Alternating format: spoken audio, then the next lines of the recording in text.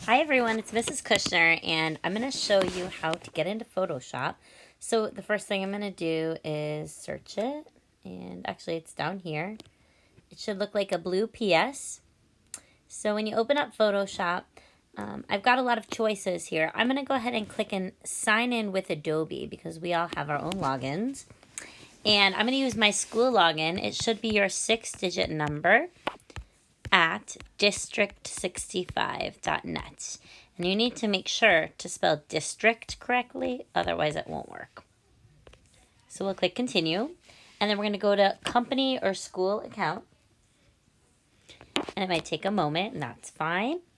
And then it's going to ask you to log in again. So we're going to do this a total of 3 times, which is a lot. But once you do it, it will remember you. So now I've got that. Next, again, your 6-digit number at district65.net. I'm going to click organizational.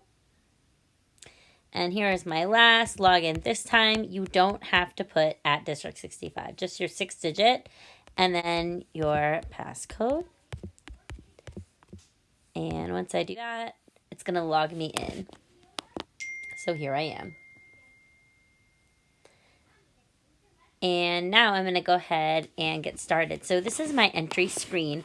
And just something cool, I mean, I'll do these tutorials for you, but this is something to know. Like if you click the Learn button, there's all these tutorials. So if you've got some extra time and you want to play around and become a Photoshop expert, you could look at any of these tutorials and just try them and learn the tools. But for now, I would love to take you through step by step. So we're going to start over on the bottom. If you look on the bottom left, there's a circle with the plus, and it says create new. And this is something important that we're going to think about as we start. So on the top left, I can click print. And these are all my paper sizes. So if we were going to print this, we might want to change the size to fit the printing paper. So we were actually going to pick tabloid. That's my largest printer size. But right now it's saying the width is 11. I actually want to change the width to 17 because we're going to have a horizontal orientation, which means our image is going to be side to side. So the width should be longer than the height. So I'm going to make my width for W 17 and H is height 11. And you see that orientation now is horizontal, not vertical. I'm going to go ahead and give a title for this document. For this project, we're doing a feelings poster. So I'm going to actually call it my name. And that way yours has a unique name. So mine will be Mrs. Kushner Feelings Poster. Okay. If I was John, I would call it John Feelings Poster. If I was Marlene, I would call it Marlene Feelings Poster. So use your name. And then from there,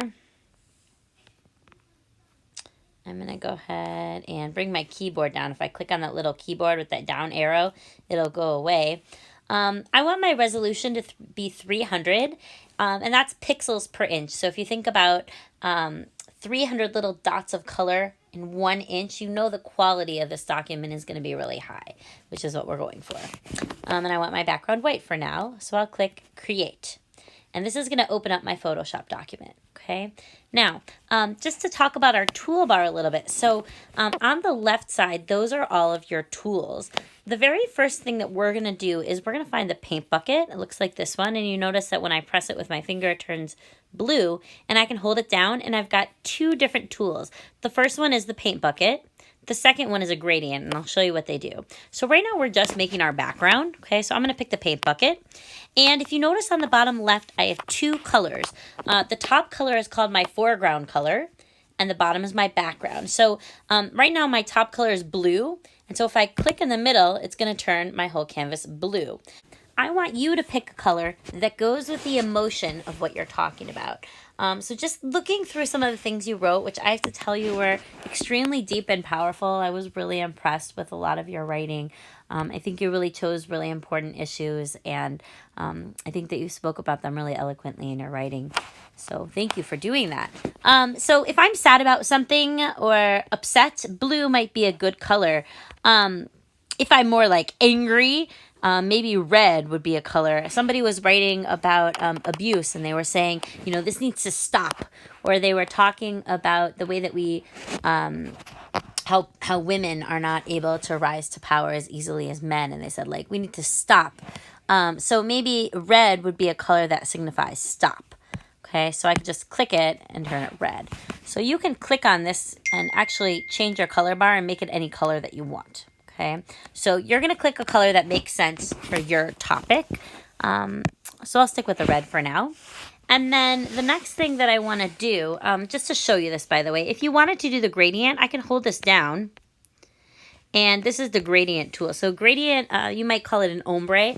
It's going to fade from one color to another color. So right now I've got two colors down here. Okay, let's say I want it to be red and I wanted the red to fade to black. Let's see, I should be able to drag a line. And you see how a line comes up when I drag my finger?